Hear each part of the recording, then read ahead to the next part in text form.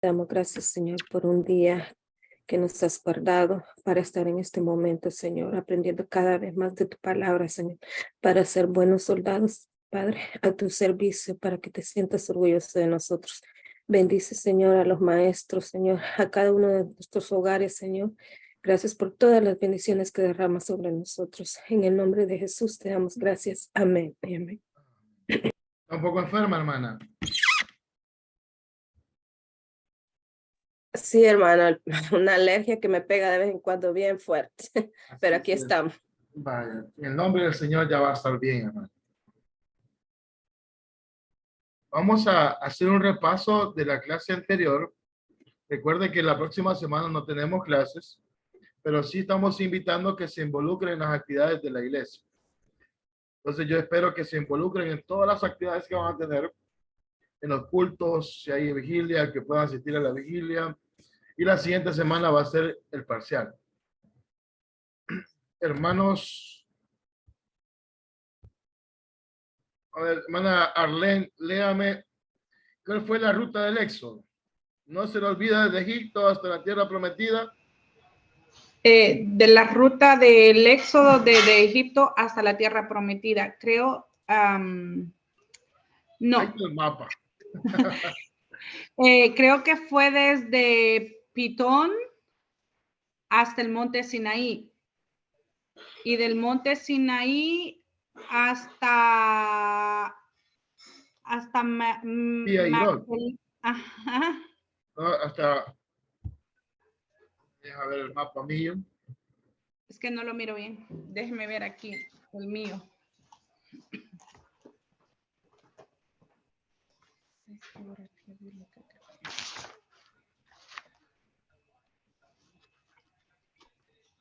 Hasta Esión Geber. Ajá. De ahí hacia la Chonguita. Estación Geber pasó a... Es que no lo miro de aquí. Esión Geber subió hasta el Negev y anduvo ahí 37 años y volvió a Esión Geber. Y luego de ahí partieron para la tierra de Canaán. Pero dentro del ejercicio del examen, quiero que me puedan dibujar ese recorrido. ¿Estamos bien? Dibujar el recorrido. Amén. Después no me van a decir, pastor, no, pero si no, se me olvidó. Ahí está pero el si mapa. no nombre. Ahí está el mapa. El recorrido. El recorrido va a traer algunos nombres, pero yo quiero que sepan cómo fue el éxodo. ¿Sí? ¿Cuántos años se tardaron en llegar desde Egipto hasta Canaán? ¿Cuándo está el link? 40. 40 años, pastor. 40 años fue lo que se tardó. Y pasaron 38 donde andaban dando vueltas. Más o menos 37, 38, lo que 37, tuvieron de 37, Sion Geber subiendo, más o menos. Pero sí fue 40 años lo que se tardó el pueblo de Egipto en llegar hasta la tierra de Canaán. Mala Bianca, ¿cuántos espías mandaron a reconocer la tierra?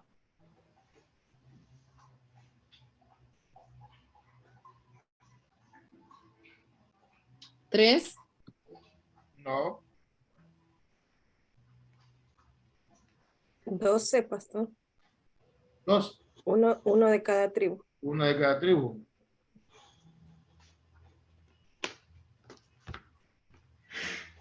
¿Cuántos fueron los que dijeron que no se podía? 10. 10. 10. Solamente 2 dijeron que sí. Y por esos 10 hubo un castigo.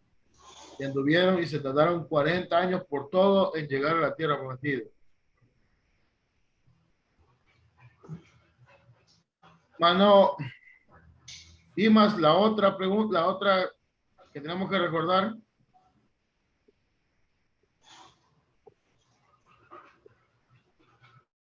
¿Cuánto medía aproximadamente el Mar Rojo por donde atravesó el pueblo de Israel? ¿Cuánto fue? Lo vimos en la clase pasada. Había una aproximación de tanto a tanto que podía medir el Mar Rojo donde el pueblo de Israel pasó. Más o menos cuánto fue la distancia que medía el lugar por donde pasó el seco. Parece que son 4 kilómetros, algo así. 9. Estaba entre 1 y 9 kilómetros, lo que pudo haber medido la distancia que caminaron en seco. Y estábamos hablando de que eran cantidades de personas que pasaron por ahí y que pudo haber sido horas lo que se tardó el pueblo de pasar en seco, en lo que se removió el agua para que ellos pudieran pasar por el medio del mar. Son cosas que estamos repasando porque tienen una importancia para poder responder el examen dentro de 15 días. Ahí les coloqué en esta presentación cómo fueron los cuatro bloques del recorrido del Éxodo, de la parte de abajo, de Rameses a Sinaí, de Sinaí a Sion-Geber, de Sion-Geber a Cades Barnea y de regreso, y de Sion-Geber a Canaán. Entonces, esos 4 puntos son como el pueblo caminó por los 40 años en el desierto. ¿No hay ninguna pregunta con el Éxodo? Todo esto lo vimos el jueves pasado.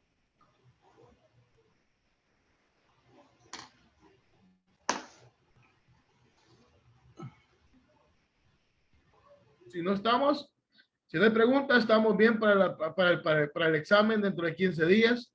La ruta del Éxodo, ¿cuántos años se tardaron? 40 años. ¿Cuántos espías fueron? Salieron 12 espías, uno por cada tribu. ¿Cuánto medía aproximadamente el Mar Rojo cuando el pueblo lo pasó, lo atravesó? Se andaba a la distancia de 1 a 9 kilómetros, lo que el pueblo de Israel caminó cuando el mar se abrió.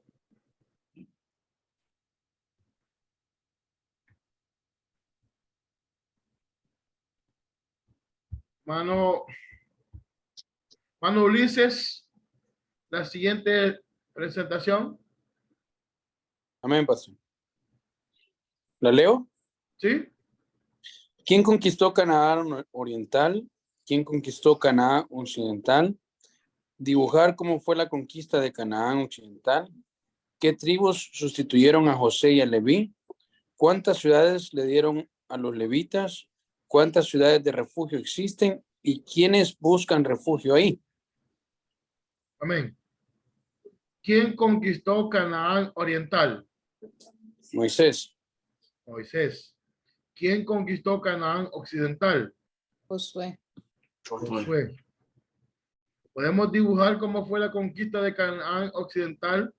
Eso está ahí en el mapa, en la presentación. Este primer mapa es cómo fue la conquista.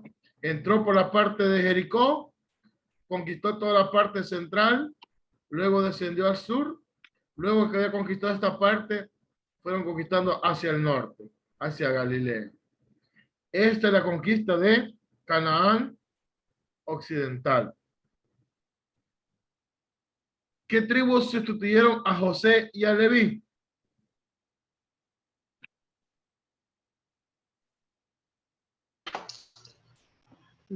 Manasés, ¿Sí? que estaba en las dos áreas, tanto occidental como oriental. ¿Y la otra?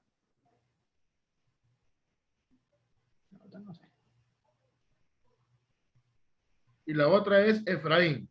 Efraín. Efraín y Manasés son hijos de José. José. Como Leví no iba a recibir herencia de tierra, el primogénito que es José, se decidió darle las dos porciones a sus 2 primeros hijos, a Efraín y a Manasés. ¿Estamos bien?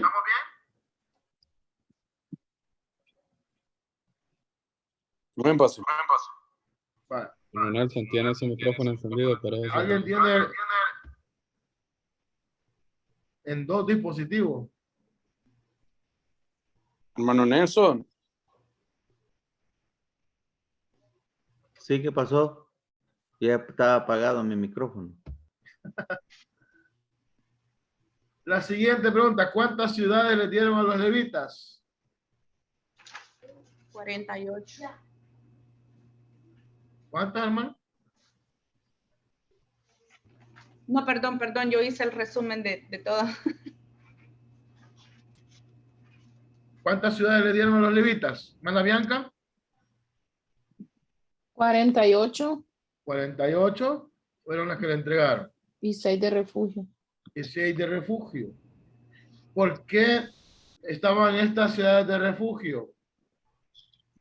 Estaban para las Ellos personas que habían cometido asesinato accidental. ¿Cuál Para era el para castigo? El hermano que le seguía, ya sea mayor o menor de la persona muerta, tenía como el derecho de cobrar venganza, dándole muerte a la persona. Acuérdese que había una ley, decía ojo por ojo, diente por diente.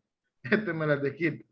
Entonces, esas 6 ciudades, ellos podían encontrar refugio y no iban a recibir el castigo de que alguien se vengara en nombre de la persona que habían asesinado. ¿Estamos ahí? Son 6 ciudades. Y las personas que huían a esas ciudades de refugio es porque habían cometido una muerte accidental. Eso fue lo que vimos el jueves pasado. Hoy ya no vamos a ver nada del Antiguo Testamento. Vamos a empezar a ver lo del Nuevo Testamento. Israel del Nuevo Testamento y Jerusalén. Hermano José Presa, ayúdeme a leer. Amén. Las provincias al occidente del Jordán son Judea, Samaria y Galilea. Judea, los territorios que habían pertenecido a las tribus de Judá, Dan, Benjamín y Simeón, formaban parte de la provincia de Judea. Perdón, una de las más grandes provincias de Israel durante el Nuevo Testamento. Samaria está ubicada entre Judea y el Monte Carmelo, un distrito anexado políticamente a Judea en la época del Nuevo Testamento. Galilea. En la época del Nuevo Testamento, Galilea se extendía hacia el sur desde la zona montañosa al oeste del lago Ulé hasta el Monte Carmelo y del Monte Gilboa. Hacia el oeste desde el Valle del Jordán hasta Fenicia. Este fue anteriormente territorio de la tribu de Neftalí. Las provincias al oriente del Jordán son Perea y Decápolis, 10 ciudades. Perea es la región al este del Jordán y del Mar Muerto, que se extendía hacia el norte desde Amón hasta la frontera de Decápolis. Durante la época neotestamentaria está ocupada mayormente por judíos, aunque también vivían gentiles en sus pueblos. Decápolis era una región al sureste del mar de Galilea que comprendía 10 ciudades. Punto de examen. ¿Qué significa Decápolis? Una región al sureste del mar No, de Galilea. Decápolis significa 10 ciudades. Oh, Decápolis significa 10 ciudades. Punto de examen, ya se lo digo desde antemano, qué bueno es el pastor Montano. Decápolis, 10 ciudades. Lo vamos a ver en el mapa. Recuerde que en este tiempo el pueblo de Israel ya había sufrido varias cosas en su pasado. Se dividió el reino después de Salomón. Estaba el reino del norte, el reino del sur. Luego viene al reino del norte, le viene el cautiverio de Siria. Luego viene el cautiverio de Babilonia al reino del sur. Luego vienen las 3 regresos hacia la tierra prometida. Viene Nehemías, viene Esdras. Entonces, y ya nos encontramos en este nuevo contexto. Ya no están distribuidos como estaban en el mapa anterior, que lo vimos. Ay, qué bonito, están las 12 tribus. Aquí ya había pasado todas estas historias del Antiguo Testamento. La separación del reino, viene a Siria, luego viene a la Nabucodonosor a conquistar la parte norte, las otras tribus, las tribus del sur, y luego vienen los regresos. Ya nos encontramos con un contexto diferente para Israel del Nuevo Testamento. cuando Jesús ya va a entrar en escena en la historia. Se divide en Judea, Samaria, Galilea, Perea y Decápolis. Lo podemos ubicar. Aquí está la parte de Galilea al norte, Samaria, Judea, la Decápolis, aquí hay 10 ciudades, y aquí está Perea. Ya no tenemos una división como en el Antiguo Testamento, cuando se empezaron a repartir las tierras en las 12 tribus, porque ya han pasado muchos sucesos en la historia de Israel. ¿Estamos bien? Al lado izquierdo vamos a ver las 10 ciudades que comprendían la Decápolis. Léamelas, hermano Alberto, solo por mencionar las 10 ciudades que constituían la Decápolis. Los nombres de las 10 ciudades eran las siguientes. Número 1, Canata, ¿verdad? En Siria.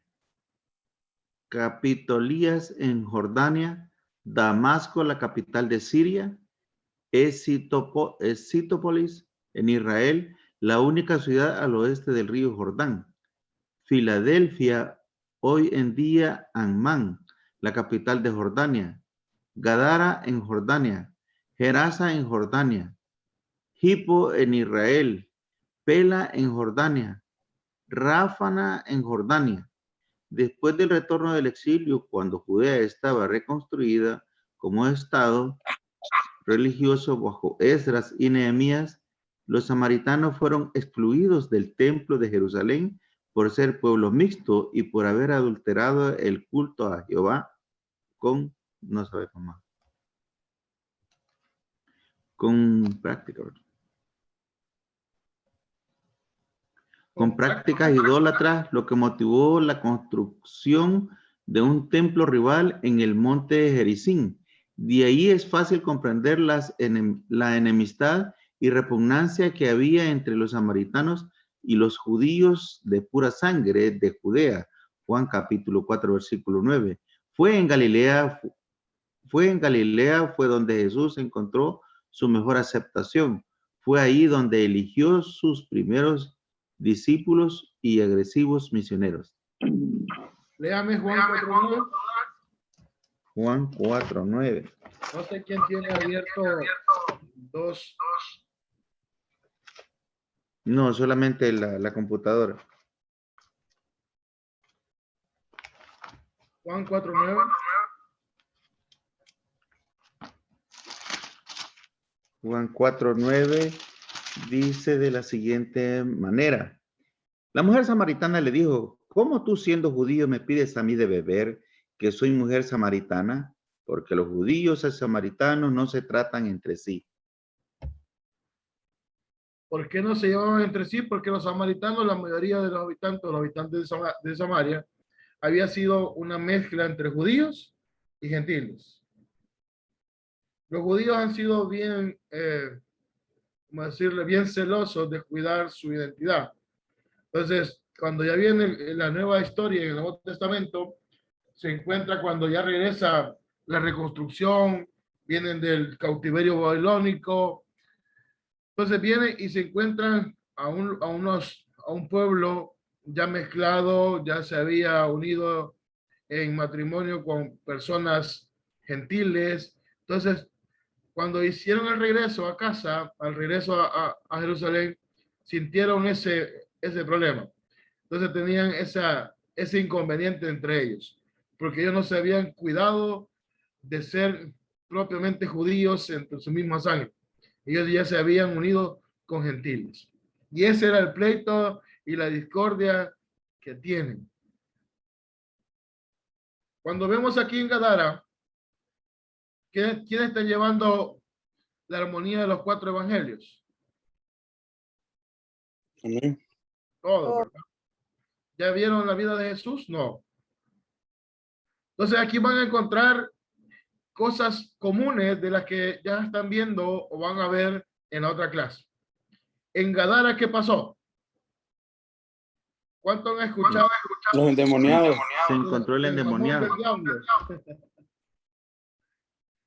vienen y se entran en un acto de cerdos y cuando encuentran a Jesús. Entonces, toda esa zona es donde Jesús empieza o hace su ministerio. Y es donde nosotros tenemos que venir y tener claro cómo ha sido, y vamos a ver el movimiento de Jesús en Jerusalén. Pero este es el nuevo panorama de Israel. Ya no vemos las 12 tribus distribuidas, ya no vemos a las 12 tribus mencionadas a un lado, a otro lado, como estaba en el Antiguo Testamento. Hoy vemos a Judea, Samaria, Galilea, Perea y la Decápolis. ¿Estamos bien con el Nuevo Testamento? Ya tenemos un mapa diferente por todo lo que había sucedido en el Antiguo Testamento. Y ahí están los mapas para que los podamos tener, estudiar. Es el lugar donde Jesús también viene y empezó a hacer su ministerio. Jerusalén. Hermano Araníbal, léame lo que habla acerca de Jerusalén. Amén. Jerusalén ha tenido diversos nombres en el transcurso de los años. Número 1, Urusalín es el más antiguo.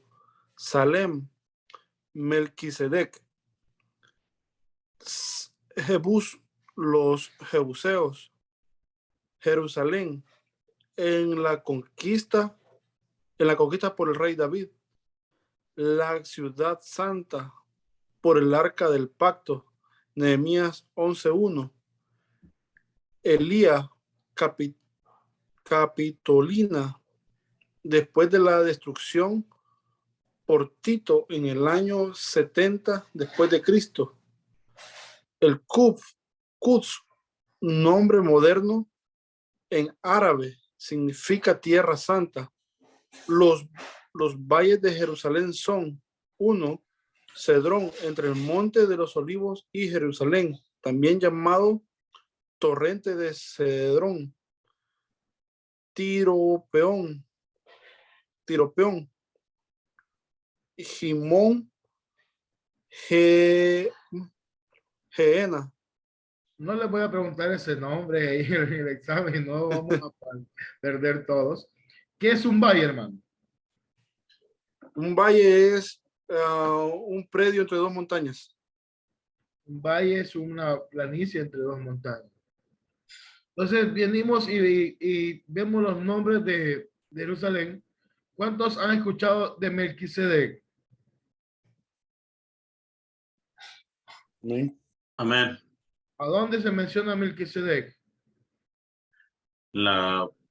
Cuando Abraham va a conquistar, va a recuperar a su sobrino. Es el rey que le sale al encuentro a Abraham, y Abraham le da los diezmos. También lo podemos, el libro de Hebreos también lo menciona. El rey de Salem. A él le entregan los diezmos, Abraham. En ese momento era Salem, Jerusalén era Salem, nacional, de los más antiguos, igual que Jerusalén. Son nombres que encontramos en la misma palabra. Jerusalén fue retomado ya para cuando viene el rey David y empieza a conquistar todo el reino, avanzando mucho más que lo que conquistó el rey Saúl. Entonces, pero tenemos los 7 nombres que Jerusalén ha recibido. Estoy pensando si lo pongo o no lo pongo en el examen. Vamos a preguntarle a Dios si soy bueno o soy misericordioso. Ya vamos a ver para el examen los nombres de Jerusalén. Pero ahí se lo menciona cómo ha sido reconocido esa parte geográfica de Jerusalén. ¿Cuándo se le menciona como Jerusalén? Cuando fue conquistada por el rey David. Qué bonita foto. ¿Cuántos quisiéramos conocer ese lugar?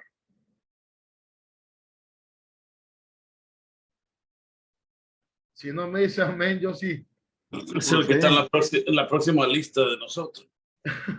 Amén, pastor. Dice la iglesia que por fe, y yo sé que por fe un día vamos a ir a poder ver y conocer la tierra donde caminó Jesús donde ha sucedido el desarrollo de la mayoría de todos los sucesos bíblicos y que van a suceder en un futuro.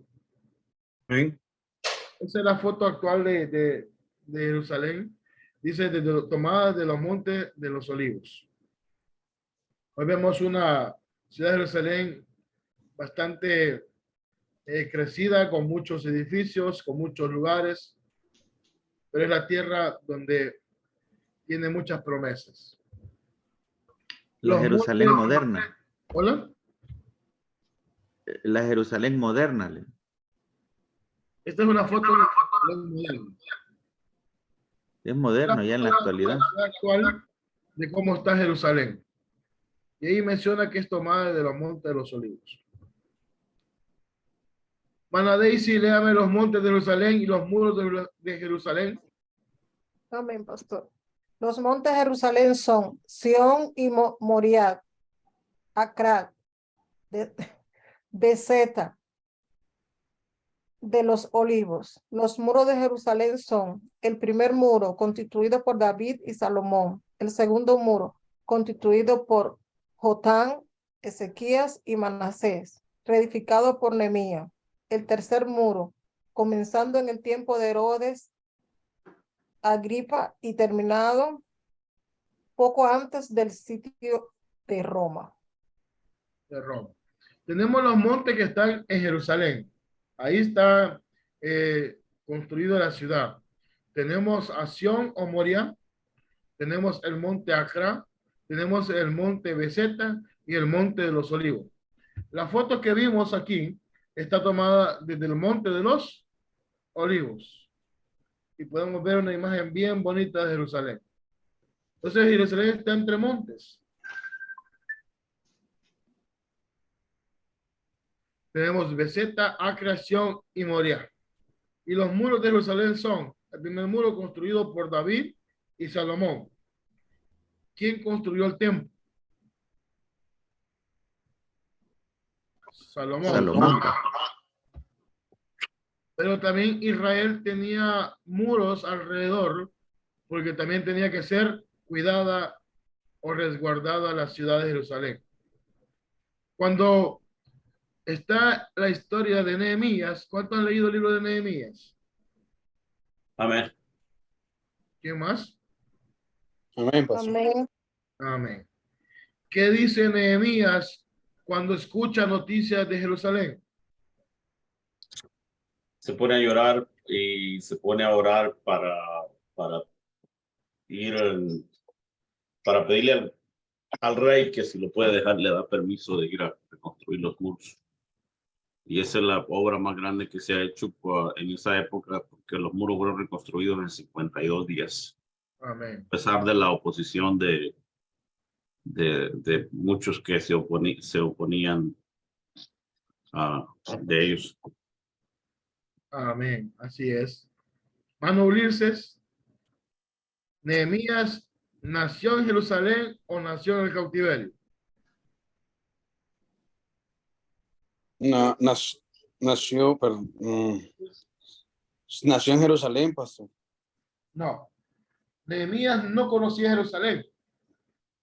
Nehemías servía al rey y él no había conocido Jerusalén.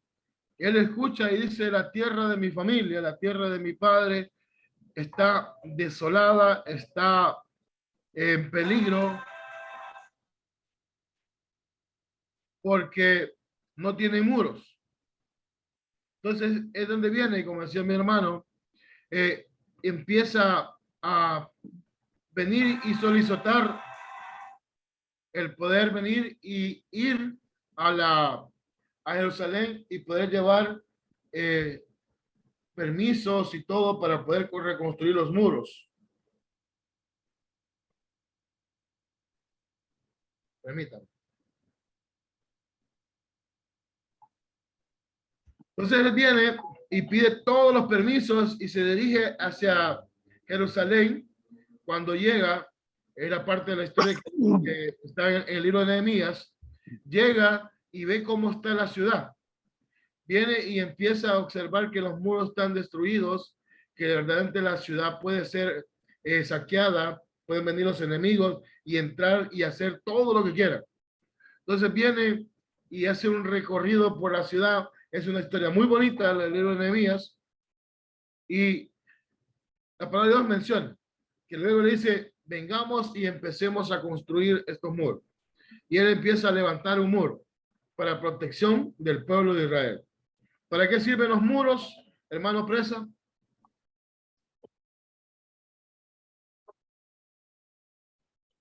Los muros de Jerusalén son, el primer muro fue construido por David y Salomón.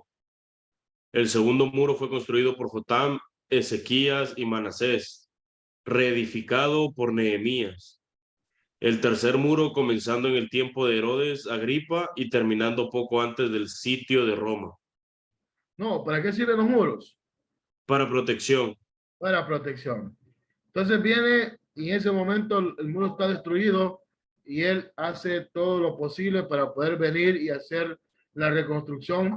Y como dice mi hermano, en 52 días se reconstruyeron los muros. El tercer muro, comenzando en el tiempo de Herodes Agripa y terminando poco a poco antes del sitio de Roma. Antes de que viniera y cayera o se desarrollara el Imperio Romano, se levanta el tercer muro. Una pregunta. Dígame. Como está hablando de los muros en general, ¿es que va un muro detrás de otro o simplemente que primero hicieron un muro, lo botaron, luego hicieron otro muro y así sucesivamente? ¿O es como un tipo de círculo y otro círculo adentro? No. Los muros estaban alrededor de Jerusalén. ¿Vemos los muros? Sí. Una ciudad amurallada. Es alrededor de Jerusalén donde se levantan los muros.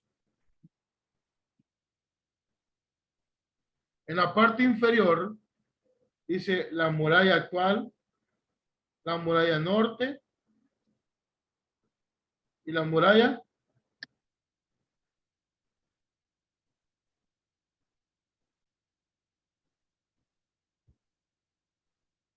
quiero ampliar ese mapa. Dice primera, segunda y tercera muralla norte, creo.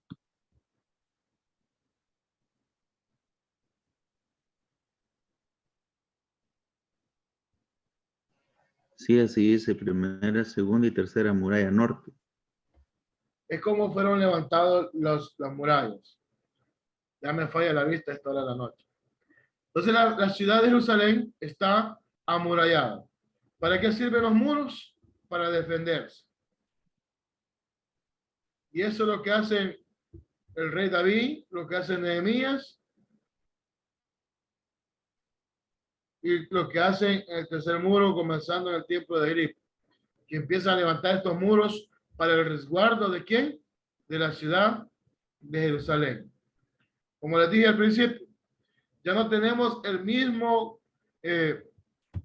mapa de la antigüedad, donde estaban las tribus.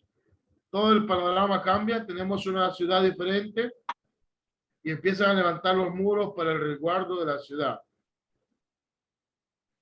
Las puertas de Jerusalén. ¿Cuántos han escuchado de las puertas? Amén. Cuando están viendo la armonía de los 4 evangelios, van a ver eso parte de las puertas.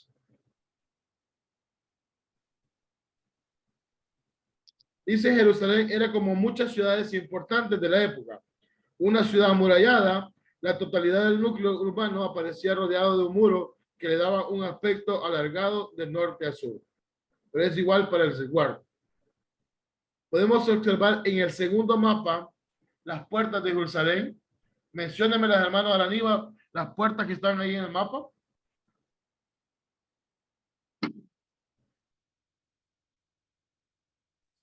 Amén. Las puertas de Jerusalén, puerta de Herodes, puerta de Damasco, puerta nueva, puerta de Jaffa, no sé, esa dice ciudad. Puerta de Sión.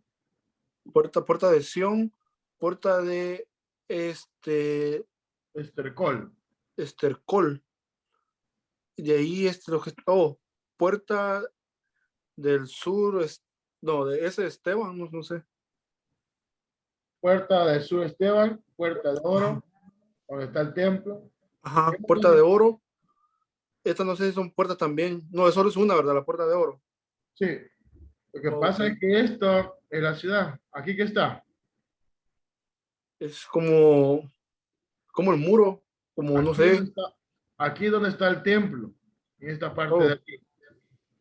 ¿Qué es lo que está ahorita ahí? Nomás la planicie, nomás la planicie del templo. La cúpula de la roca. ¿Qué es lo que está aquí ahorita? La mezquita de los musulmanes. La dorada esa. Eso es lo que está ahí. Este de aquí es el muro de los lamentos. El muro de los lamentos. Pastor, pero donde está la cúpula dorada no es donde estaba el templo. La cúpula dorada estaba. Aquí estaba, hermano. Este es el muro de los lamentos. Aquí donde estaba el templo. ¿Qué pasó en el año 70? El templo fue destruido. El templo fue destruido por Tito. ¿Qué hicieron los musulmanes? Construyeron la mezquita. La mezquita. Entonces, este es un gran problema. Esta parte de aquí. ¿Sí? ¿Qué es lo único que ha quedado del templo? El muro. El muro. Los muros. El muro de los lamentos. ¿Qué es lo único que quedó del templo? El muro de los lamentos. Dígame. Pastor, pero sí, porque esta planicie fue hecha por Herodes. Entonces, pero este muro es prácticamente la parte que aparece del muro de los lamentos era donde estaba lleno de tierra un tiempo. Y como los israelitas hicieron para que los mismos musulmanes lo limpiaran, hicieron de que ahí había oro. Y fueron a enterrar oro ahí, en esa parte, y eso pues fue lo que descubrieron lo que ahora se conoce como el muro de los lamentos. Porque eso estaba lleno de... El muro de los lamentos es lo único que ha quedado de todo lo que tiene como recuerdo del templo, donde estaba el templo de Jerusalén. Entonces, por eso tiene una importancia para los israelitas. Ustedes saben que ahí llegan todos los peregrinos, llegan ellos a clamar, a orar, por la misma importancia que tiene donde estaba el templo. Lo único que ha quedado del templo es este muro. Porque toda esta parte, después de que en el año 70, nuevamente repito, después de la destrucción del templo por el emperador Tito, vinieron los musulmanes, construyeron la mezquita de Omán, esta es la cúpula, donde estaba el templo, y hoy lo único que ha quedado es el muro de los lamentos, que es un recordatorio, o lo tienen ahí presente donde estuvo el templo, encima de eso estuvo el templo donde estaba el lugar santo, el lugar santísimo, que fue construido ¿por quién fue construido? Salomón. Por Salomón. ¿Por quién fue construido el templo? Por Salomón. Por Salomón. Pastor, una pregunta. Por ejemplo, digamos, de ahí donde ellos tienen la mezquita, o sea, ellos pueden, vaya, digamos, el muro de los lamentos no es como, digamos, como nosotros lo hemos visto en la central, ¿verdad? Que tienen el muro así, o sí está así, como representado de esa manera. Aquí está el muro de los lamentos donde ellos vienen y se presentan a orar. O sea, entonces los musulmanes ocupan el muro para orar.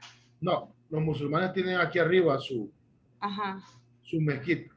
Ok. Si lo vemos desde aquí, aquí está el muro de los lamentos. ¿Lo podemos ver en la foto?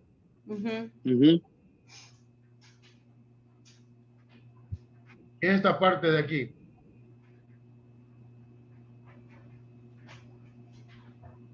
¿Estamos bien? Este es el muro de los lamentos. Donde estaba el templo, ¿qué fue construido? La mezquita. La mezquita. Por eso que hay un gran pleito. Hay cosas alrededor de ahí. Cuando fue destruido el templo en el año 70 por el emperador Tito.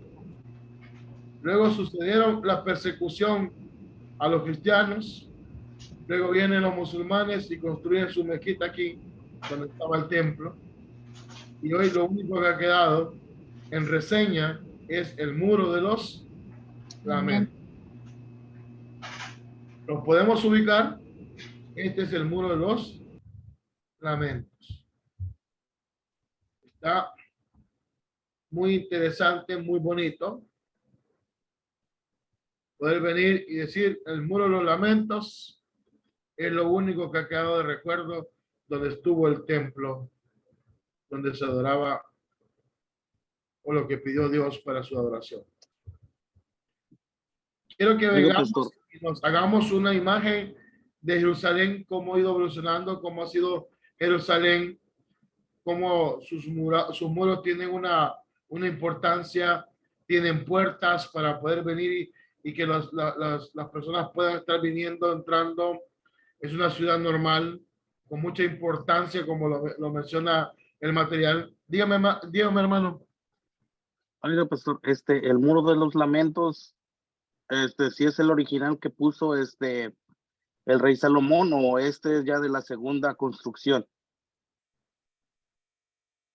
Es del original, hermano. Lo que pasa es que cuando vino Nehemías, lo que reconstruyó fueron los demás muros alrededor de Jerusalén. ¿Sí?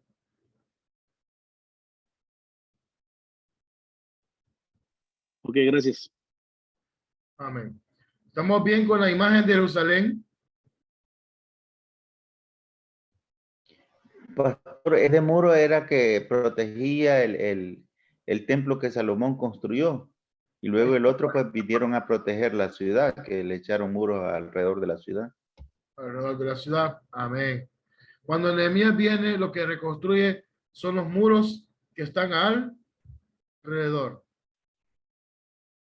Que es el segundo muro, o la segunda muralla actual. Que es la puntiaguda esta. Que es la que reconstruye. Los aspectos geográficos en la vida de Jesús. Ya vemos cómo está Jerusalén. Vemos que cambió toda la historia. Ya no está distribuido por las 12 tribus. Hoy venimos a una nueva ciudad. Se divide en Galilea, Samaria, Judea, Perea y la Decápolis. Vemos a Jerusalén. Tiene el Monte de los Olivos, Beseta, Acre, Sión, Moriah. Tenemos los muros que rodeaban a la ciudad. Sus puertas. Y hoy vamos a ver los aspectos geográficos en la vida de Jesús. Mano, o Mana Bianca le llama los aspectos.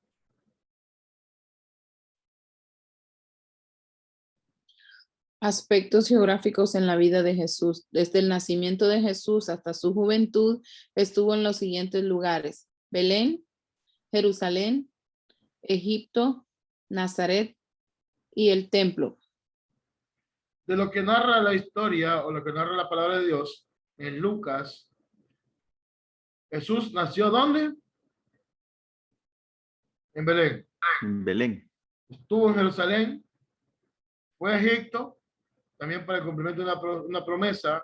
De Egipto fue llamado Nazaret, por eso se le conocía también como Nazareno, o Nazareno, y el templo.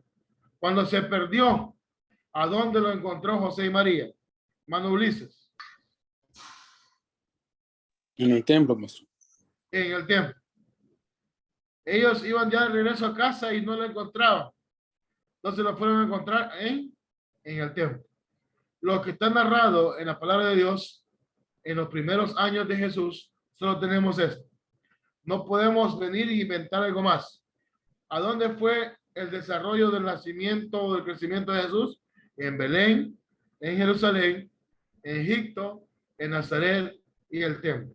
lo que dice la palabra de Dios con respecto a la vida de Jesús en su niñez. De ahí no tenemos más información. Hermano Pres, hoy léame los lugares cuando Jesús ya viene y comienza su ministerio.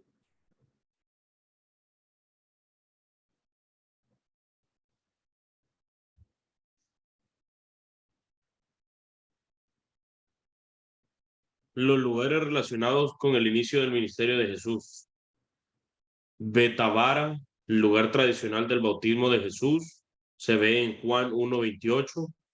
El desierto de la tentación probablemente es el desierto de Judea, al oeste del Mar Muerto, o el desierto de Jericó. Cana de Galilea, donde realizó su primer milagro, Juan 2:11. Capernaum, ahí pasó la mayor parte de su ministerio. En Galilea, Jesús predicó 1 año y medio aproximadamente. Visitaba pueblos que rodeaban el mar de Galilea. Amén. Juan 1:28, léamelo, hermano. Con respecto al bautismo de Jesús.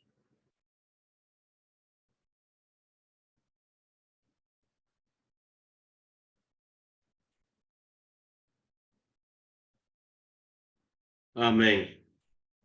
Juan 1:28. Se lee en el nombre del Padre, del Hijo y del Espíritu Santo. Estas cosas sucedieron en Betabara, al otro lado del Jordán, donde Juan estaba bautizando. Ahí donde viene Jesús y es bautizado. En Caná de Galilea, ¿cuál fue el milagro que sucedió?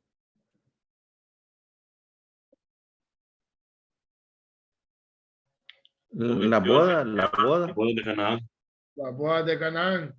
¿Cuál fue el milagro de Jesús? Transformar el agua en vino. Transformar el agua en vino. Capernaum dice que ahí pasó la mayor parte de su ministerio.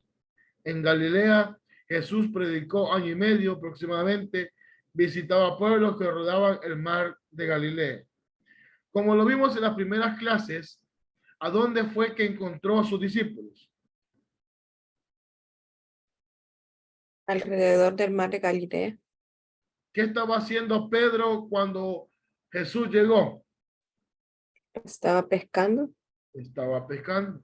Igual que la mayoría de sus discípulos eran pescadores. Entonces, ¿dónde estuvo haciendo su mayoría? ¿Dónde ejerció Jesús la mayoría de su ministerio? Galilea. La parte norte de Israel. ¿A dónde hizo su mayor ministerio? En Galilea. Galilea. En Capernaum, en Caná, en Nazaret. Tenemos Betabara, aquí donde fue el bautismo de Jesús. ¿Qué pasó cuando Jesús fue bautizado? Hermana Bianca, ¿qué narra la palabra de Dios? Que el Espíritu Santo descendió en forma de paloma. Amén. Esto fue aquí, al otro lado del río Jordán, en el desierto de Jericó. Y en Jerusalén. Y la tentación se cree que fue por esta parte al sur de Jerusalén. Podemos ver y ubicarnos, hoy que están viendo la parte de la armonía de los 4 evangelios y están estudiando cómo cada uno de los evangelios narra y da diferentes a veces diferentes puntos de vista, ángulos de la historia, pero al final siempre es lo mismo. Nunca se va a contradecir. Entonces, pero todo esto fue el movimiento, la mayoría de los evangelios. En esta parte de aquí es donde suceden algunos milagros. El mar se calma después de la tempestad. Llama a los discípulos cuando están pescando y le dice, pero no hemos pescado nada. Y dice, echen las redes nuevamente. Y dice que las redes se rompían por la cantidad de los peces. ¿Qué más pasa aquí? También aquí sucede la alimentación de los 5,000 en esta parte. Son cosas que están viendo ustedes en otra materia. Pero la mayoría del ministerio de Jesús, ¿dónde lo realizó? Punto de examen. ¿Dónde realizó su mayoría de tiempo en el ministerio? En Galilea. Galilea. Galilea. Aquí en Samaria, ¿quién se encontró? La mujer. A la mujer samaritana. Aquella mujer que tenía 5 maridos, a la que le pidió agua. Y así vamos a ir viendo las historias de Jesús. Y a veces leemos de corrido y no nos ponemos a analizar los aspectos. Recuerde que los samaritanos, hermano Alberto, ¿qué pasaba con los de Samaria? ¿Por qué tenían ese problema contra ellos? Ellos,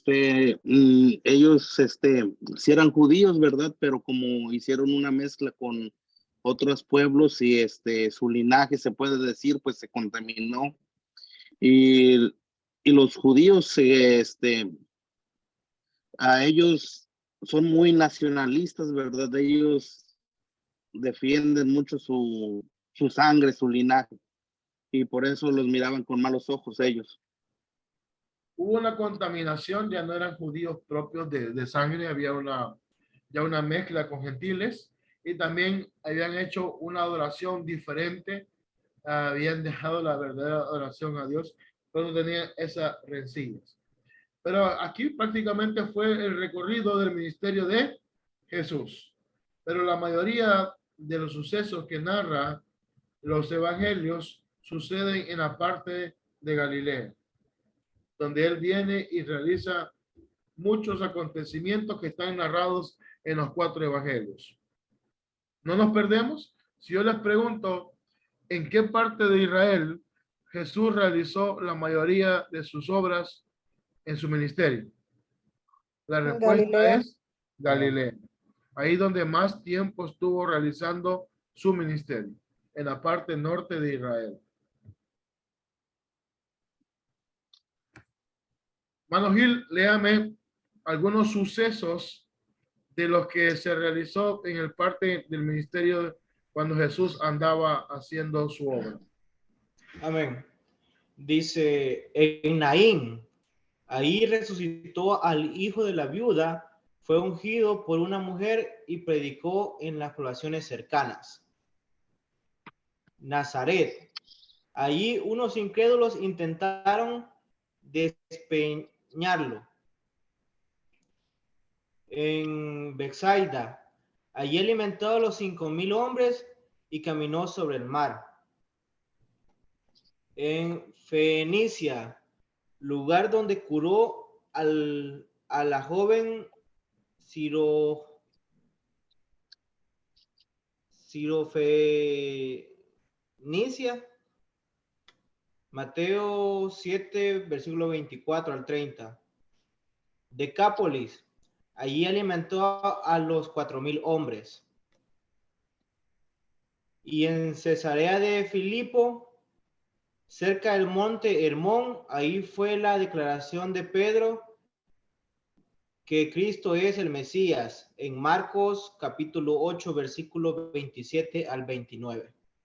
Como le menciono, en lo que usted está estudiando otra materia, todos estos aspectos que ustedes están viendo y están comparando con los 4 evangelios, nosotros lo podemos ver ya en la parte geográfica, a donde realizó cada uno de esos milagros, cada uno de esos acontecimientos que están narrados en la palabra de Dios o en los evangelios. Tenemos a Naín, ahí resucitó al hijo de la viuda, fue ungido por una mujer y predicó en las poblaciones cercanas. Tenemos a Nazaret, ahí unos incrédulos intentaron despeñarlo.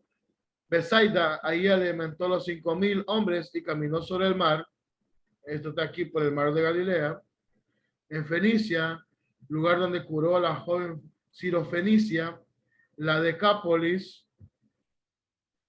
¿A dónde está la Decápolis? Al oriente del río Jordán. Ahí alimentó a los 4,000. En Cesarea de Filipo, cerca del monte Hermón. Ahí fue donde declaró Pedro que Cristo es el Mesías. Mano Gil, léame Marcos 8, versículo 27 y 29.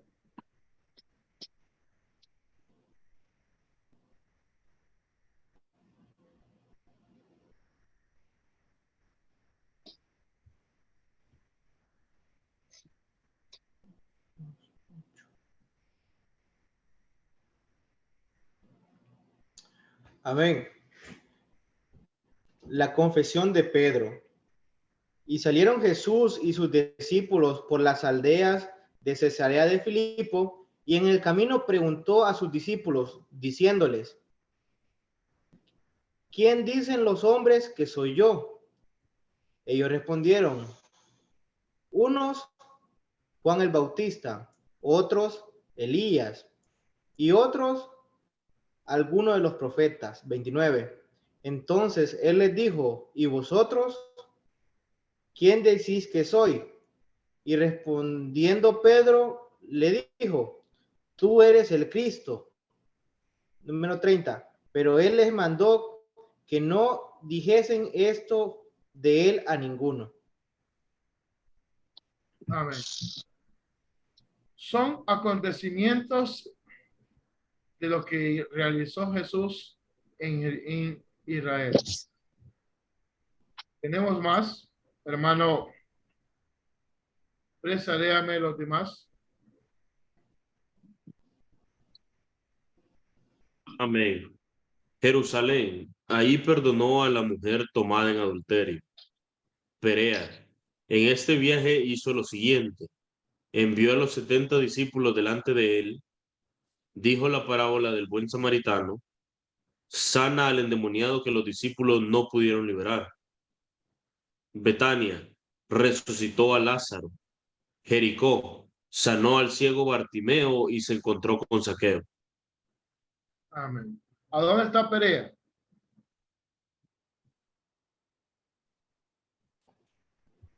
¿A dónde queda Perea, hermano?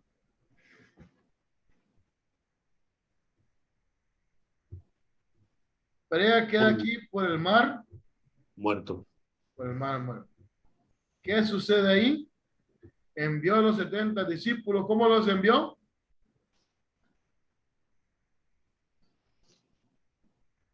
De dos en dos. De dos en dos. Dijo la parábola del buen samaritano. Sana al endemoniado que los discípulos no pudieron liberar. En Betania resucitó a Lázaro. Y en Jericó sanó al ciego Bartimeo y se encontró con Zaqueo.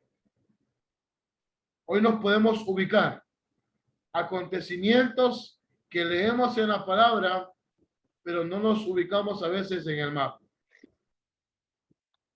Y aquí estamos viendo todo lo que Jesús hacía y los lugares donde él anduvo recorriendo. Es por eso que vemos el mapa donde fue el movimiento, la mayoría de movimientos de Jesús. Aquí está Perea, aquí está la Decápolis, aquí está Galilea, por aquí está Cesarea de Filipo. Entonces todo esto es donde Jesús anduvo haciendo su ministerio, donde mayoritariamente se mantuvo predicando, enseñando, haciendo milagros, compartiendo todo aquello, buscando a los discípulos. Este fue el movimiento donde él vino y empezó a realizar su ministerio. Vimos algunas ciudades importantes: Naín, Nazaret, Besaida, Fenicia, la Decápolis, Cesarea de Filipo. Tenemos Jerusalén, tenemos Perea, Betania, Jericó, sucesos que la palabra de Dios narra y están ahí como acontecimientos con un propósito de mostrar el poder de Dios sobre las enfermedades, sobre el pecado, la humanidad, como él lo estuvo enseñando y lo enseñó en su ministerio. ¿Hay alguna pregunta hasta ahorita? ¿Cómo ha sido el movimiento de Jesús en su ministerio? Pastor, ¿sale en qué parte de la Biblia sale la alimentación de los 4,000? Porque yo no me acuerdo de los 5,000. Ahorita se lo busco, hermano.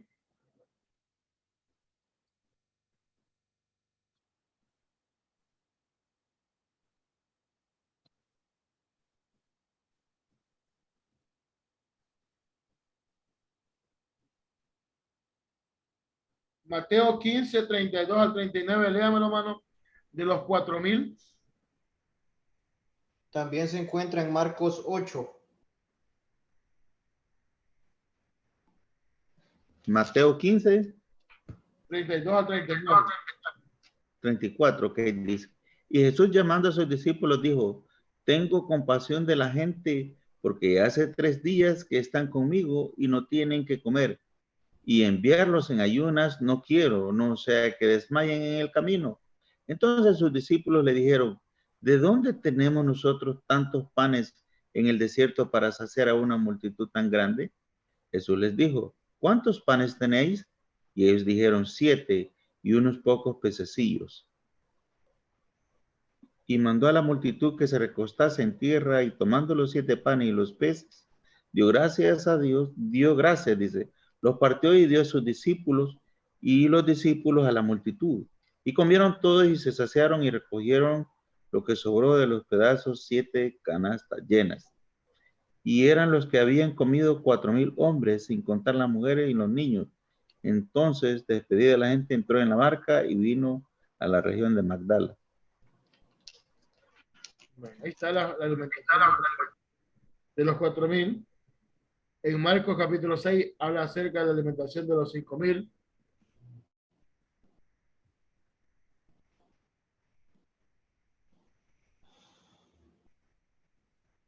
En Marcos 6, si lo quieren leer del 30 al 44, habla la otra narración de los 5,000. Todos los aspectos que menciona el Nuevo Testamento los podemos ubicar dentro del mapa y podemos ver cómo fue el recorrido, cómo fue el ministerio de Jesús, por dónde se anduvo moviendo, cuál fue el caminar. Eran días o momentos que él anduvo caminando para poder llevar y hacer todo el evangelismo, por así decirlo, compartir las buenas nuevas, cómo él se anduvo moviendo por Israel. Mana Sandra, léame de Betania al templo. Amén. De Betania al templo hizo varias visitas. El domingo, la entrada triunfal. El lunes purificó el templo. Lo que sucedió este día muestra los molestos que estaban los líderes judíos después de lo que vieron el día anterior y lo que Jesús hizo. Entonces planean la forma de eliminarlo. Pero nuevamente Jesús sale de Jerusalén para dormir en casa de Lázaro en Betania. El martes dio sus últimas enseñanzas. El sumo sacerdote y los líderes religiosos buscan a Jesús y lo encuentran en el templo. Este día martes podría llamarse el día de la confrontación. En el Evangelio de Mateo se muestra el más largo informe de lo que pasó este día. Mateo 21, 23 y 26, 25. Luego regresa a Betania el miércoles. Bíblicamente no se sabe lo que hizo. Este día Jesús se percata que los líderes judíos están resueltos a arrestarlo, por lo que se pasa todo el día en Betania, probablemente porque la Biblia no registra nada de lo que hizo Jesús el miércoles. Él sabía que aún no era el momento para que fuese arrestado. Amén. ¿De qué estamos hablando aquí, hermana? De los últimos días antes que fuera apresado y crucificado. Amén. Estamos hablando ya la otra semana. La mayoría de los países recuerda el padecimiento de Jesús. ¿Sí? Casi todos los países celebran o tienen un recordatorio, menos los países musulmanes. Entonces, pero la mayoría de países hace un recordatorio de la Semana Santa y recordamos la pasión de Cristo. El domingo, la entrada triunfal. Hermano Eduardo Araniva, ¿cómo fue la entrada triunfal? Amén. Pues la entrada triunfal fue cuando Jesús entra, ¿verdad? Montado en un pollino, un burro, por decirlo así. Y dando a demostrar de que pues no era necesario llegar como un gran rey. No era necesario llegar como aquel hombre que esperaban, que decían que era rey de los judíos, ¿verdad? Pero así como con corona, en caballo blanco, como decimos, sino que él llega en un burro demostrando la humildad, en un pollino. Amén. Sucede algo muy bonito, él entra, él manda a desatar ese pollino, él cuando va a entrar le ruedan lágrimas y dice, Jerusalén, Jerusalén, si supieras. Y él llora frente a la ciudad, porque sabe todo lo que va a suceder. Iba a comenzar uno de los sucesos que para usted y para mí es de bendición, porque él se iba a entregar por amor a la humanidad y sabe que su pueblo lo iba a rechazar. Y lo reciben con palmas, alegres, glorificando. Un par de días después, ese mismo pueblo que lo glorificaba, que se alegraba, ¿qué decía ante el patio de Pilato? Crucifíquenlo, crucifíquenlo. Entonces él conocía todos estos aspectos y estamos viendo la semana última de la vida de Jesús. En los primeros vimos una parte, no todo, del suceso del movimiento de Jesús en su ministerio. Los milagros, sucesos de cuando mandaba a los discípulos a compartir las buenas nuevas, procesos muy bonitos que narran de lo que Jesús hizo, realizó, la alimentación de los 5,000, de los 4,000. Pero aquí vamos a ver la parte última de la vida de Jesús. Primero, el día domingo, hace su entrada triunfal. El lunes purifica el templo. El martes da sus últimas enseñanzas. Los sumos sacerdotes entran de ira, de enojo. Ahí lo puede leer en su casa. Mateo capítulo 21, del versículo 23 hasta el capítulo 26, versículo 25. Estamos hablando casi de 5 capítulos.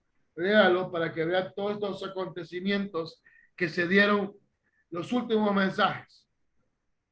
Vemos Mateo capítulo 24, 25, que son pasajes escatológicos. ¿Cuántos lo han leído? Cuando dice uno, dos que estaban, uno se queda. Son aspectos muy bonitos, son las últimas enseñanzas que Jesús realiza antes de que venga y nos encontremos en el monte, en el huerto. Sube con 3 discípulos, dicen, oren, y él sube a orar. Padre, si es posible que pase de mí esta copa. Todos estos aspectos que estamos viendo ahorita son previos a eso. El miércoles dice que no sucede nada. ¿Cuándo empieza ya todo? El día jueves. Cuando él va a orar, ¿quién lo traiciona? Judas. Judas. Léamelo, hermano Gil. Amén. Dice número 2, de Betania al aposento alto. El día jueves celebraron la cena pascual. Número 3, del aposento alto a Getsemaní. Como a la medianoche del día jueves, Jesús y sus discípulos se fueron a Getsemaní a pie del monte de los olivos, que era el lugar favorito de Jesús. Ahí sufrió la agonía y fue arrestado. Número 4, de Getsemaní a la casa de Caifás. Primero fue llevado a la casa de Anás, suegro de Caifás, luego a la casa de Caifás, el sumo sacerdote y presidente de Sanedrín. Número 5, de Caifás a Pilato. Pilato no halló culpa en él y lo envió a Herodes. Número 6, de Pilatos a Herodes y regreso. Jesús ante Herodes en el palacio de los reyes macabeos en Jerusalén fue motivo de burla y Herodes lo devuelve a Pilato. Amén. ¿Qué sucede en el aposento alto? La última Última Cena. cena. La última cena. La última cena. Luego de que Jesús compartió con sus discípulos la última cena, él se va al huerto de Getsemaní, donde le pide a sus discípulos, manténganse en oración. Él sufre esa agonía, como le mencionaba, y le dice, Padre, si es posible de mí, que pase esta copa. ¿Qué hace Dios? Guarda silencio. Jesús sabía que tenía que pagar el precio para que usted y yo tengamos el regalo inmerecido, como lo vemos los días martes. Pero ahí sucede eso, en el Monte de los Olivos. Dice que el lugar favorito de Jesús, y ahí fue donde fue arrestado. ¿Quién llega y le da un beso? Judas. Judas. ¿Quién es Caifás? Uno de los del Sanedrín. Era como... Era el jefe. El jefe. Mana Daisy, ¿quién era Caifás?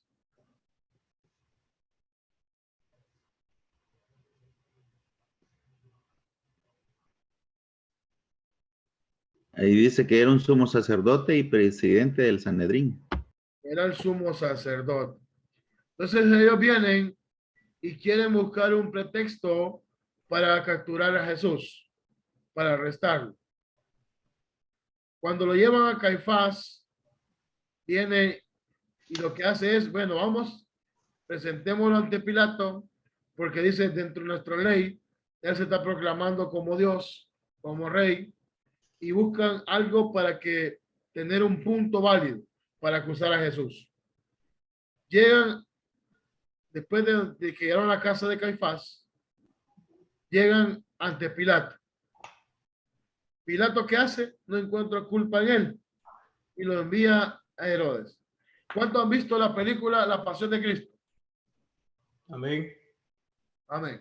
La Pasión de Cristo tiene algo muy bonito, que trata de vivificar los aspectos que Jesús sufrió y los relata de una manera bien bonito, porque realmente es lo que más se apega a la realidad.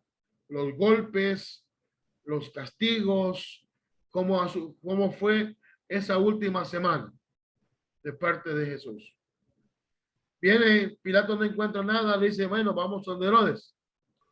Y llega donde Herodes y le dice, tú eres Jesús el que hace milagrito. Y empieza a querer que Jesús haga un milagro. Y Jesús lo único que hace es quedarse callado. ¿Qué hubiera pasado, hermano Gil, si Jesús le hubiera hecho un milagro a Herodes? Posiblemente lo hubieran acusado de, no sé, como de brujo o algo así. Lo hubiera soltado, hermano. Y el propósito de Jesús, ¿cuál era? Llegar a la cruz del Calvario. Ninguno de estos sucesos que estamos viendo ahorita es aislado a los acontecimientos que Jesús ya sabía que iban a acontecer. ¿Sí?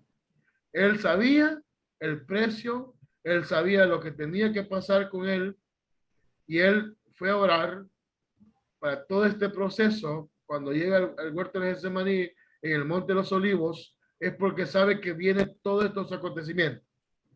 Nada sucede así de la nada. Ya todo está establecido y Jesús lo conoce, todo lo que él iba a pasar. Y ahí, pastor, ¿Hola? prácticamente Jesús, o sea, él por ser el hijo de quien es, tenía, digamos, por decirlo así, el poder, ¿verdad? Para poder hacer cualquier cosa para que no lo condenaran, pero él sabía el propósito y el por qué, pues, el Padre lo había enviado. Y pues era llegar hasta la cruz y era, pues, por lo demás que ya sabemos, ¿verdad? Ante Pilato hace lo mismo. Pilato le dice, dime algo, yo te puedo liberar. ¿Qué hace Jesús? Él responde como Dios, que él no tiene potestad para poder juzgar sobre la vida de él. Pero Jesús sabe que tiene que hacer lo menos posible porque él tiene que pagar el precio. Hermano Nestalí, Léame Isaías capítulo 53. Jesús ya sabía de antemano todo este proceso de dolor. Léame 53 del 1 al 10. Jesús ya sabía el precio de este momento, de su castigo o de lo que él tenía que padecer por el pecado de la humanidad. Isaías 53 es una película de los sucesos que le esperaban a Jesús. Amén. 53 del 1 al 10. ¿Sí? Amén. Dice así. ¿Quién ha creído a nuestro anuncio? ¿Y sobre quién se ha manifestado el brazo de Jehová? Subirá cual renuevo delante de él, y como raíz de tierra seca no hay parecer en él, ni hermosura. Le veremos más sin atractivo para que le deseemos. Despreciado y desechado entre los hombres, varón de los dolores, experimentando en quebranto, y como que escondimos de él el rostro. Fue menospreciado y no lo estimamos. Ciertamente llevó él nuestras enfermedades y sufrió nuestros dolores, y nosotros le tuvimos por azotado, por herido de Dios y abatido. Mas el herido fue por nuestras rebeliones, molido por nuestros pecados. El castigo de nuestra paz fue sobre él, y por su llaga fuimos nosotros curados. Todos nosotros nos descarriamos como ovejas, cada cual se apartó por su camino, mas Jehová cargó en él el pecado de todos nosotros. Angustiado él y afligido, no abrió su boca. Como cordero fue llevado al matadero, y como oveja delante de sus transquiladores. Enmudeció y no abrió su boca. Por cárcel y por juicio fue quitado, y su generación, ¿quién la contará? Porque fue cortado de la tierra de los vivientes, y por la rebelión de mi pueblo fue herido. Y se dispuso con los impíos su sepultura, mas con los ricos fue en su muerte, aunque nunca hizo maldad, ni hubo engaño en su boca. Con todo eso Jehová quiso quebrantarlo, sujetándole a padecimiento, cuando haya puesto su vida en expiación por el pecado. Verá linaje, vivirá por largos días, y la voluntad de Jehová será en su mano prosperada. Eso es lo que pasó esa semana. Isaías 53 narra lo que iba a padecer el Mesías. Y estamos viendo ahorita todos estos aspectos previos a esos golpes, pero él viene y con amor sabe que tiene que entregarse para todo esto. ¿Cuándo sucede eso? Después de Pilatos manda Herodes y de regreso a Pilato.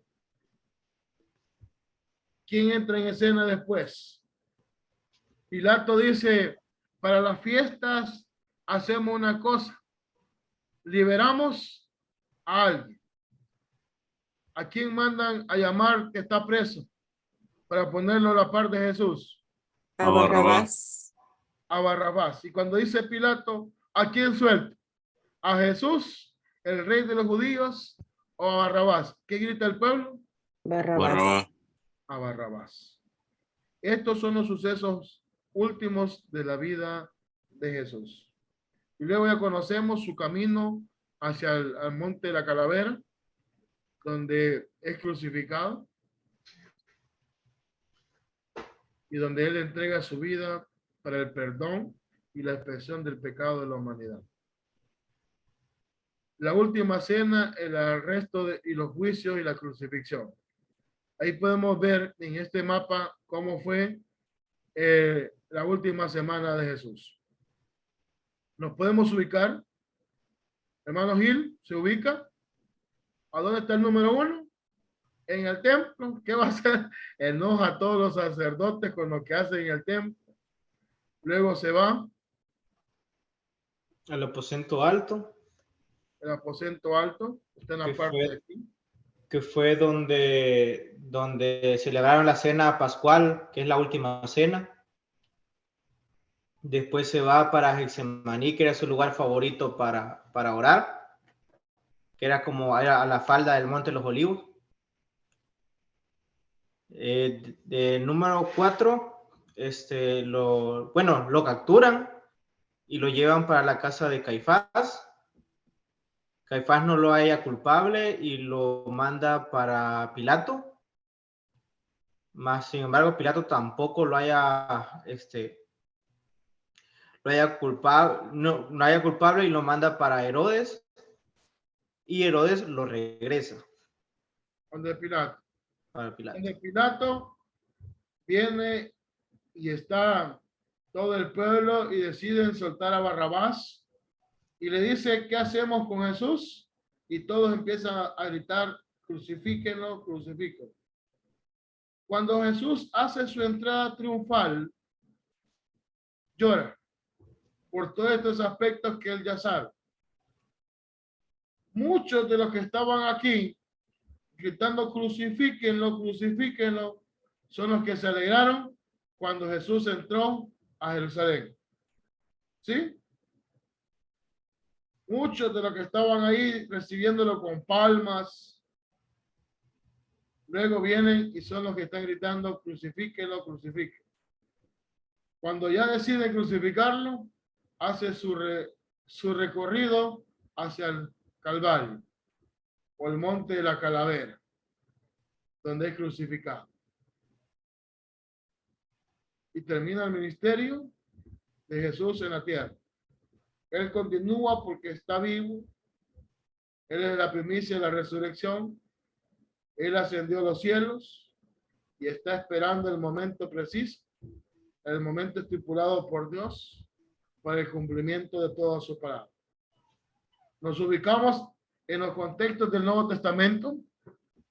Ya no vemos a Israel dividido en 12 tribus, vemos a una Israel diferente, luego del cautiverio asirio, luego del cautiverio de Babilonia, con los regresos de Zorobabel, de Nehemías, de Esdras, vemos una Israel diferente. Ya en este contexto nace Jesús, sus primeros días, la palabra de Dios narra en Belén, en Jerusalén, en el templo de Egipto. Luego viene Jesús y comienza su ministerio y empieza a realizar muchos milagros, muchos prodigios, empieza a compartir el reino de los cielos acercado y realiza todo su ministerio, como lo vimos en el mapa anterior. ¿Cómo fue el desarrollo del ministerio de Jesús en Israel? Y esto es lo que vemos aquí. Luego vemos la última semana de Jesús.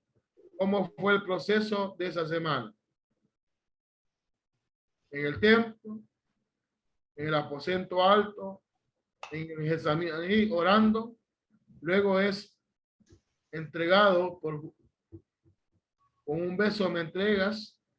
Es llevado hacia la casa de Caifás, que es el sumo sacerdote. Luego lo presentan ante Pilato. Lo quieren acusar con las leyes judías. Pilato le dice, bueno, ¿quieren algo judío? Mándenlo, mandan a Herodes. Herodes se burla, quiere un milagrito. Jesús no lo hace, vuelve ante Pilato. Pilato da la opción entre Barrabás y Jesús. La gente elige a Barrabás y se toma la decisión que lo van a crucificar a Jesús. Y su último recorrido es hasta el Calvario, donde se realiza la expiación del pecado de la humanidad. Esta es la última semana que Jesús realizó su ministerio. Quizás el punto más importante, porque es el punto donde usted y yo dependemos, porque ahí radica la salvación y la vida eterna en lo que Jesús hizo, dando su vida y resucitando al tercer día. Hermano, Dima, léame la siguiente. Ya de las últimas slide. O la última presentación. El capítulo 15 de 1 de 1 de Corintios menciona a apariciones de Jesús no referidas en los evangelios. Los lugares en donde Jesús se apareció resucitado fueron Jerusalén, a las mujeres, a los discípulos y a Santiago, hermano de Jesús. 1 de Corintios 15, 7. Cerca de Emaús, a 2 discípulos, cerca del mar de Galilea, a 7 de sus discípulos, en un monte de Galilea, a 500 discípulos, cerca de Betania, en el monte de los olivos, donde le dio a sus discípulos las últimas instrucciones y después ascendió al cielo, de donde ha prometido regresar otra vez. Pastor, una pregunta. Donde habla Pablo aquí de los 500, yo estaba tratando de buscar más información de eso y yo no he podido encontrar más información exactamente, que alguien más pueda hablar más de eso, de los 500. ¿Usted tiene más información de ello? No, realmente no. Dígame lo que dice 1 Corintios 15, 6.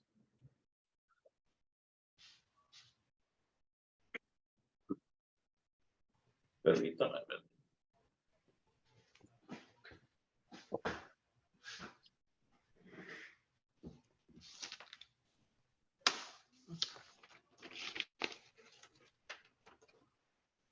Perdón que tenía la luz apagada porque me duele la vista.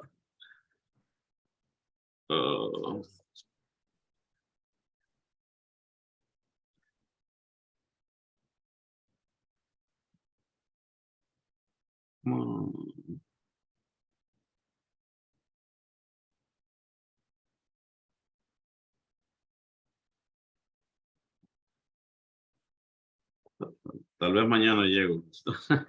1 Corintios 15, 6. 1 Corintios 15, 6.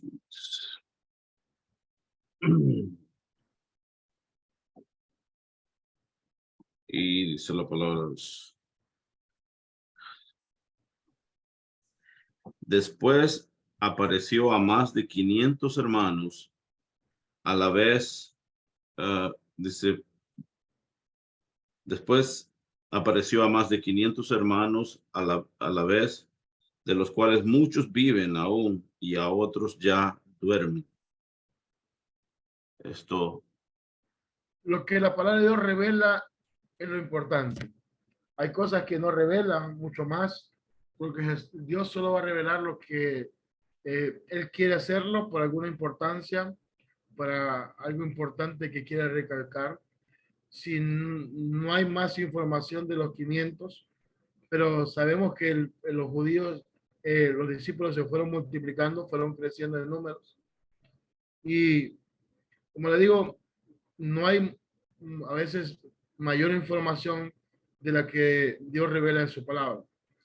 Muchos teólogos tratan de buscar, tratan de poder expandir, pero a veces no hay recursos, mucho menos la palabra no lo menciona. Pero estamos viendo aquí los aspectos que son mencionados fuera de los 4 evangelios. En Jerusalén, cuando las mujeres van y visitan el sepulcro, ellas ven la información de que Jesús ha resucitado. Lo recalca 1 Corintios 15, 7, Marcos 16, 1, 11, Lucas 24, 36, 43. Cerca de Maús, a 2 discípulos. A mí esta historia me gusta, porque van 2 discípulos caminando. Van ahí en la vereda y se les aparece Jesús y ellos no se dan cuenta y empiezan a platicar. Como que se conocían los 2 y empiezan a hablar por el camino, van platicando de muchas cosas. Cuando llegan a casa, viene Jesús y comparte en la mesa. ¡Y Jesús! Dijeron ellos. Y ya no estaba. ¿Se imaginan caminar? Pongamos un ejemplo, estoy parafraseando, unos 2 kilómetros. Imagínese, hermano Gil, usted caminando a la par de Jesús por 2 kilómetros y no se fijó que él era.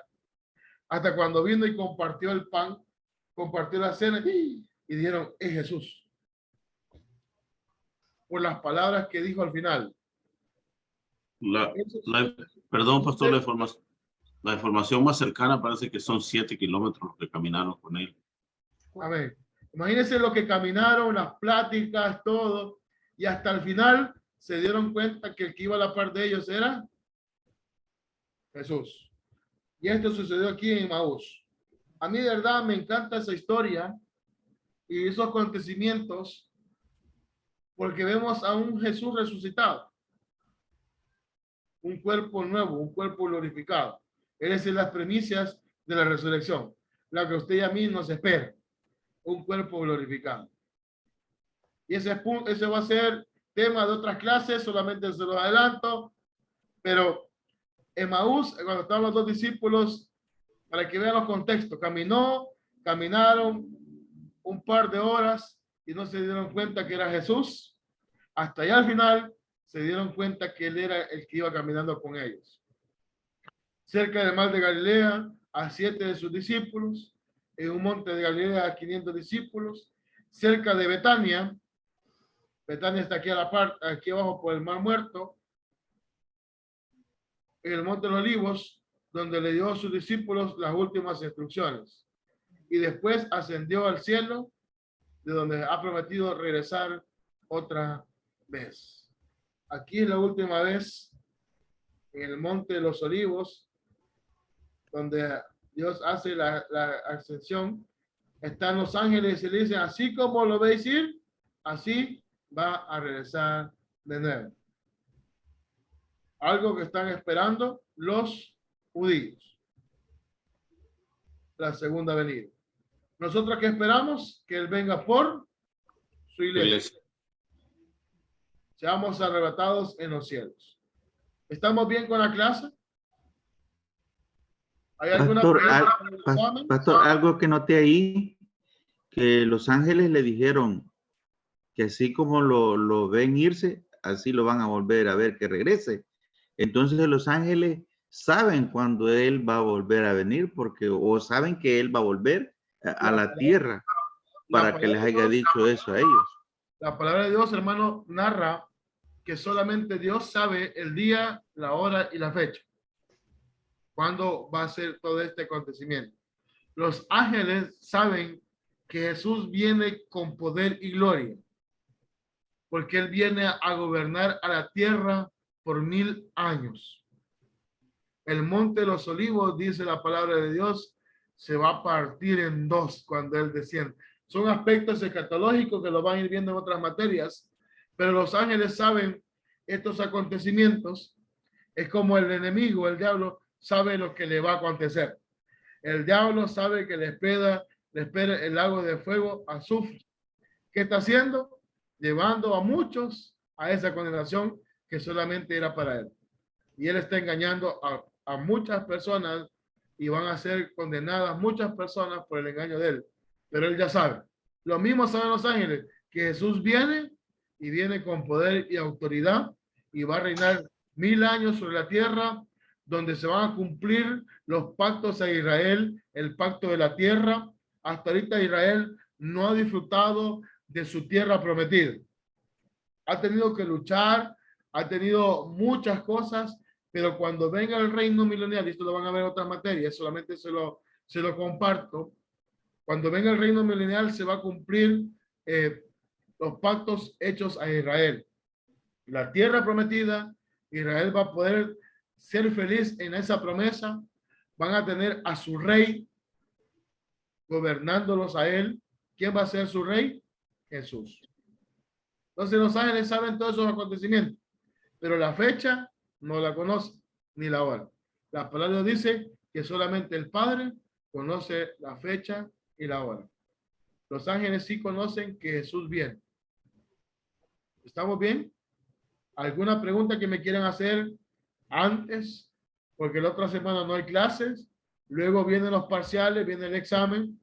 Ya les di algunos puntos de que lo que van a venir para el parcial, que es la Decápolis, punto de examen. ¿Cómo se divide Israel en el Nuevo Testamento? Judea, Samaria, Galilea, Perea y Decápolis. Y en todo eso Jesús hizo su ministerio. Judea, Samaria y Galilea. Punto de examen, hermano Gil. ¿A dónde desarrolló la mayor parte de su ministerio Jesús? En Galilea. Amén. Hermano Ahí Misael, pasó año y medio. ¿qué pasó con los Samaria? ¿Por qué no se llevan bien los judíos con los de Samaria? Porque los judíos los consideran que no son, porque no los consideran que no son de su pueblo, no son los elegidos, creo yo. No. Porque ellos se mezclaron con gentiles y la Sí, adoración la empezaron a modificar. Entonces ellos no se iban mucho con los samaritanos por ese tipo de aspecto. Porque ellos no se guardaron, ellos se mezclaron con los demás países, con las demás regiones y empezaron a cambiar su adoración. Manuel Estalín, ¿qué es la Decápolis?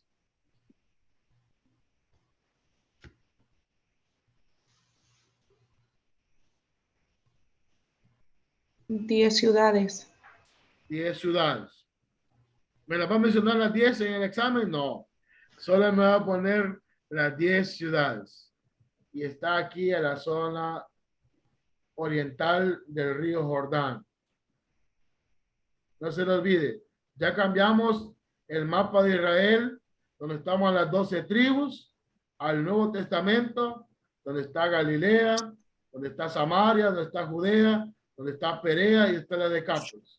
Y ahí donde Jesús hace su ministerio y empieza a compartir el mensaje, hace milagros, pasa muchos sucesos en el mar de Galilea. Jesús recluta a la mayoría de sus discípulos. Pastor, entonces los israelitas no se llevaban con, los hebreos no se llevaban con los de Samaria porque eran sangre mezclada, digamos, entonces. Así, sencillamente así, entonces. Sencillamente. Ok, gracias. Porque ellos se mezclaron con los gentiles. Y la adoración que estaban haciendo no era la correcta. Los nombres de Jerusalén los vimos. Puede ser que aparezca mencionar 2, 3 nombres con que se le conocía a Jerusalén. Tenemos 7. La ciudad santa, no creo que se les olvide. Jerusalén, Salem, son de los más comunes en cuanto a Jerusalén. Tenemos los montes que están en Jerusalén, los muros, el primero, el segundo, el tercero, como fueron desarrollándose esos muros, que son para la protección de la ciudad. Vimos la ciudad como era de Jerusalén en los tiempos de Jesús. Los lugares relacionados con el ministerio de Jesús, está Betabara, el desierto donde fue la tentación, Caná de Galilea, donde fue la primer milagro que Jesús hizo, Capernaum. Ahí pasó la mayor parte de su ministerio. Capernaum está en Galilea, es donde Jesús anduvo compartiendo. Vemos este mapa. Si yo les pongo este mapa en el examen, ¿me podrían dibujar cómo fue el recorrido de Jesús? Yo espero que sí. Ciudades importantes, acontecimientos importantes de los evangelios, cuando Jesús andaba haciendo su ministerio. Lo tenemos aquí. La última semana de Jesús. Los acontecimientos previos a su muerte. La entrada triunfal, cuando llega al templo y quiere purificar. Martes ya empiezan a querer venir y cómo lo entregamos. Miércoles no sucede nada. ¿Cuándo comienza todo? El día jueves. Cuando se celebra la cena, última cena, en el aposento alto. Le puedo preguntar qué sucedió en el aposento alto y usted me dice la última cena.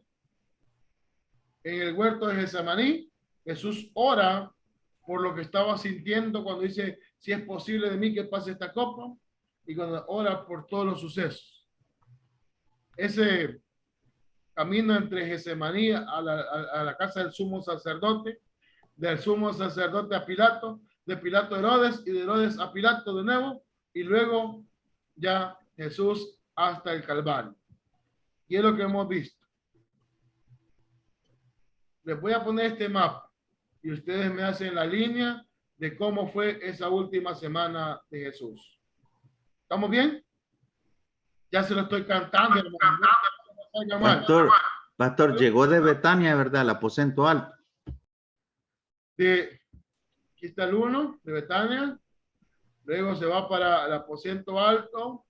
Sale para el huerto de Getsemaní. Aquí es entregado. Llega Judas, lo entrega. Es llevado a la casa de Caifás. De la casa de Caifás llevado a Pilato. De Pilato a Herodes. Y de Herodes nuevamente a Pilato.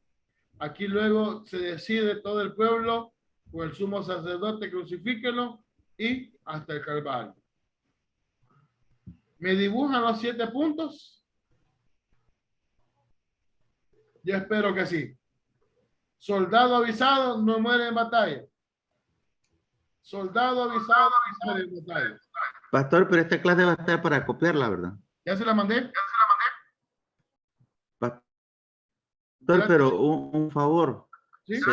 ¿Será que le puede quitar el fondo negro allí? Porque nos agarra mucha tinta y se nos acaba luego. Se los cambio y se los mando mañana. Gracias, pastor. Dios le bendiga. Tenemos 2 semanas para repasar cualquier cosa. Igual les voy a mandar mapas individuales para que los tengan y repasen. Lo importante es que ustedes repasen. Dibujen el recorrido del Éxodo. Dibujen la última semana de Jesús. Las ciudades importantes del tiempo de Jesús está Judea, Samaria, Galilea, Perea y la Decápolis. Son 5 donde anduvo moviéndose Jesús para su ministerio. Cambiamos el contexto geográfico del Antiguo Testamento, donde estaban repartidas las 10 tribus, por todo lo que sucedió en el Antiguo Testamento, por los cautiverios que vinieron. Ya nos encontramos en un contexto diferente en el Nuevo Testamento, y es donde Jesús viene y aparece y hace todo su ministerio, y es donde entramos ya al Nuevo Testamento y todo lo hermoso por lo cual usted y yo estamos estudiando teología, porque estamos agradecidos con el Dios que nos ha dado salvación y vida eterna. ¿Alguna pregunta antes que oremos? Pastor. Sí, dígame, hermana. ¿Cuántos mapas son para el examen? No voy a poner mucho, hermano.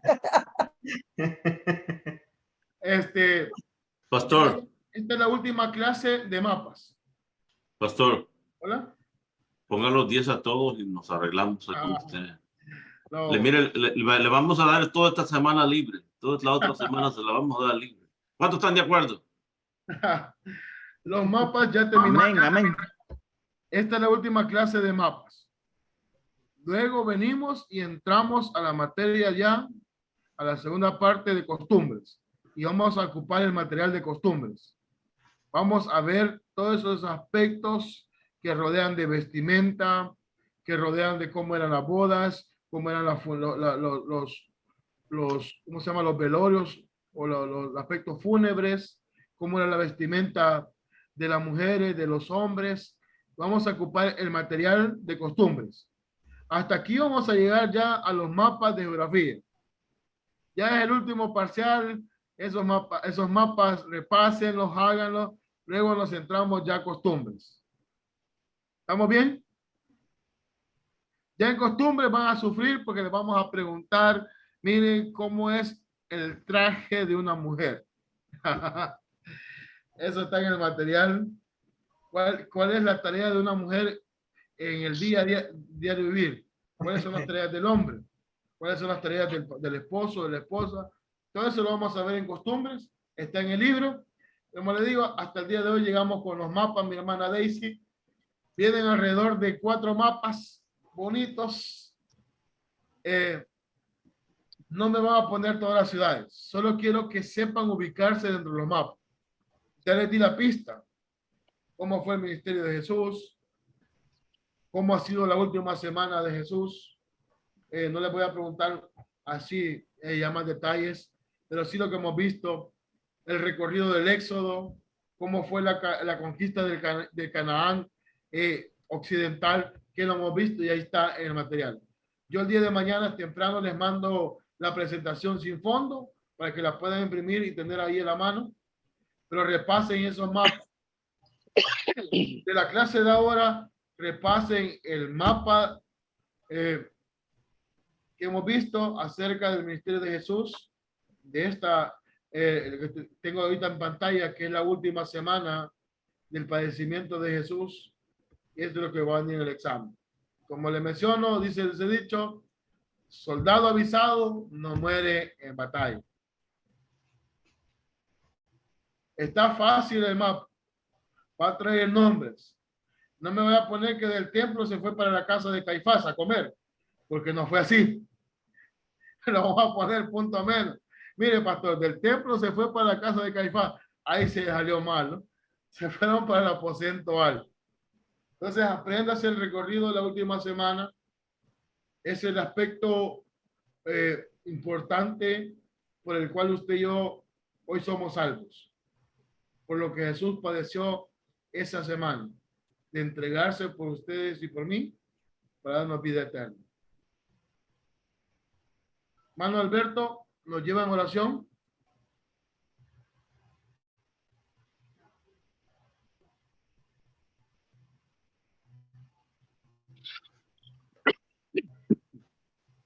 Padre nuestro, te damos gracias por un día más de estas clases, Señor. Te damos gracias por el maestro que toma su tiempo, Señor, y que también le da sabiduría y paciencia para que nos enseñe, Señor. Te damos las gracias por todos los compañeros que pudieron estar conectados hoy en este día, Señor. Que tú nos guíes y nos cuides hasta los últimos días de nuestros días, ¿verdad? Señor, también te pedimos por la vigilia de mañana en la iglesia. Es en el nombre de tu amado Hijo Jesús que te lo pedimos. Amén, amén.